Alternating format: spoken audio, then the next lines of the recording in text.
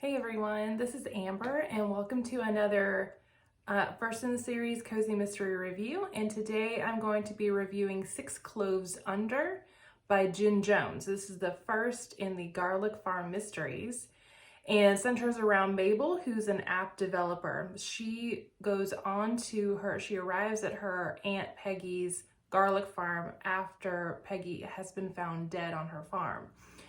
Now, this book, I think, is really good for people who love gardening, have veggie gardens, just love gardens, or who have farm fantasies, right? You have kind of this fantasy of farming. Because the author, Jen Jones, does a really good job of describing the farm itself. Much of the book actually takes place on the farm, and the farm work is used as a story device. So because I do have farm fantasies, I really enjoyed that particular part. I also really like the supporting characters. Mabel herself is really interesting because she's an app developer, she's a tech person, she's very introverted. She kind of comes on this farm as a fish out of water, so it's a little bit of her, not only solving her aunt's death, but also, trying to figure out this farm thing. Her aunt's last harvest of garlic still has to come in. And so there's a lot of interaction with farm workers and with the farmer's market and all of that kind of thing. So that's a really interesting piece of this book as well. Even if you don't like garlic, it's still pretty interesting. The way that Mabel is kind of pulled into the investigation is very interesting. It's something that I don't see very often. It is kind of a mounting of suspicion, which is cool, and a real deep knowing of her aunt. There is this kind of piece that I didn't like of guilt around, I wish I had visited her more, and I should have known, and things like that. And that's just a trope that I generally don't enjoy in books, just because I think it weakens that particular character. I think there's not many authors who take guilt and apply that well to a character.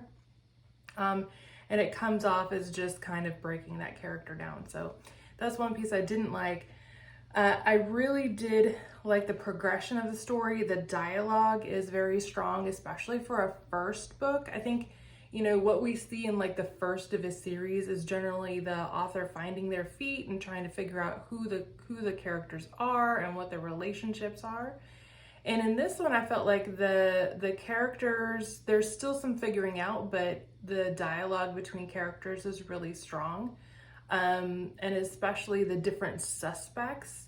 Jen Jones does a really good job, especially again in the first of a series. She does a really good job of casting suspicion on a number of people in a really strong way. And because of that, so I did guess who the murderer was, but it wasn't like, oh, that's who it is. It was like, I'm pretty sure, maybe, yeah, I think so. It was a little more tentative than I sometimes get. Sometimes I'm like, oh, that's who the person is. So that was really fun because it kept me really interested in reading through the whole thing.